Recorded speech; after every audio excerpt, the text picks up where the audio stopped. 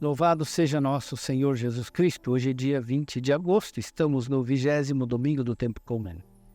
O evangelho de hoje é Mateus 15, versículos 21 a 21. Naquele tempo, Jesus foi para a região de Tiro e Sidônia. Eis que uma mulher cananeia, vindo daquela região, pôs-se a gritar: Senhor, filho de Davi, tem piedade de mim. Minha filha está cruelmente atormentada por um demônio. Mas Jesus não lhe respondeu palavra alguma.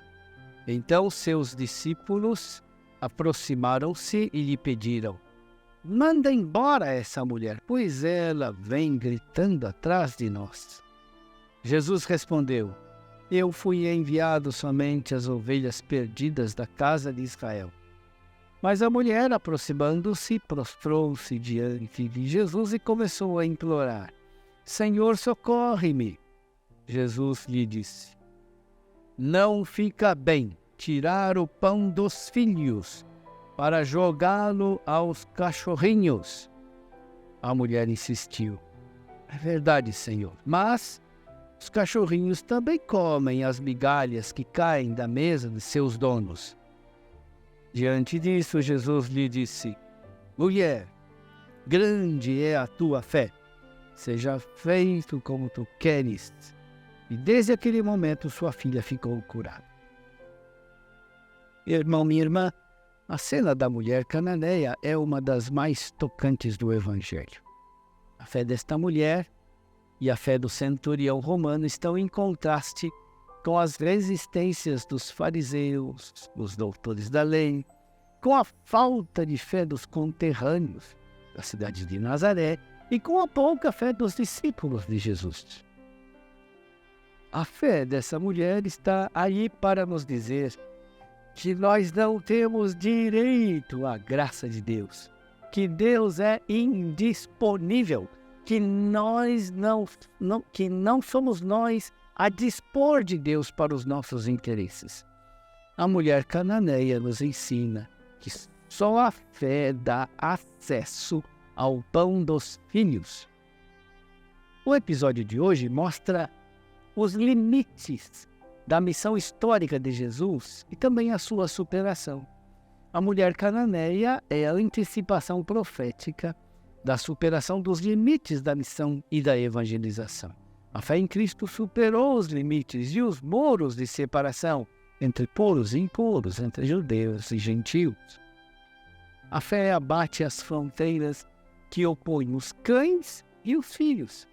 Nas palavras de Jesus, o pão são os bens que são próprios do povo de Israel, por sua vocação e pelas promessas de Deus.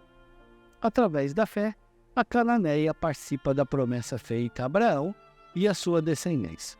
Os dons de Deus são sem arrependimento. A precedência do povo eleito não é negada nem retirada, mas dela nós participamos, se como a cananeia pedimos com humildade e confiança. Temos que reconhecer que no plano de Deus, primeiro vêm os direitos e as necessidades do povo eleito. Com esse tocante episódio, reconhecemos, porém, que a fé da mulher pagã e a bondade de Jesus superam qualquer privilégio. O silêncio de Jesus põe à prova e purifica a fé daquela mulher. A comparação com os cachorrinhos revela a posição de Jesus que age por exclusão. Jesus argumenta que não fica bem tirar o pão dos filhos para dar aos cachorrinhos. Assim, dar a uns significa excluir outros. A mulher aceita humildemente o papel de cachorrinho, mas devolve o argumento de modo a como que vencer a lógica de Jesus. Ela pensa com uma lógica diferente.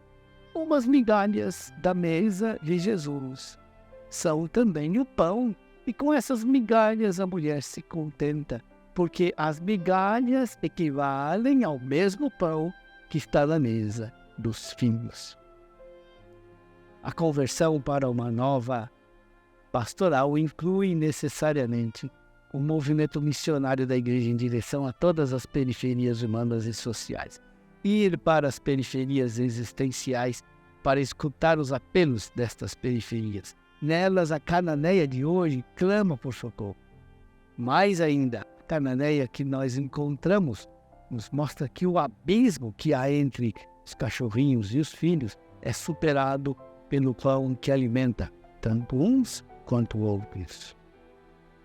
Um critério para a pastoral em nossa arquidiocese é o movimento permanente de ir ao encontro da cananeia que está na periferia, para escutá-la e deixar-nos converter, reconhecendo que o que coloca em comunhão os filhos e os cachorrinhos é o Senhor, o pão descido dos céus. As migalhas com as quais a cananeia se contenta é um protesto e ao mesmo tempo uma profecia. Protesto porque os pobres não se devem reservar somente as migalhas, porque as migalhas revelam a existência de barreiras que separam filhos dos cachorrinhos. Profecia, porque no fim das contas, as migalhas são também o pão que desceu do céu para dar a vida ao mundo, porque o pão é o mesmo tanto para os cachorrinhos quanto para os filhos. É o pão que nos torna todos comensais da mesma mesa e dos mesmos dons. Rezemos pedindo ao Senhor que nos envie, que nos atraia para as periferias existenciais de nossa igreja. Supliquemos ao Senhor que nos ajude a ouvir os clamores que vêm das periferias existenciais. É um clamor que pede o pão dos filhos, que nos faz ver que somos alimentados pelo mesmo pão de vida. É um clamor que nos faz ver que as migalhas são preciosas, mas não devem permanecer migalhas, que mesmo que deixem de ser migalhas, não deixam de ser o pão que desce dos céus.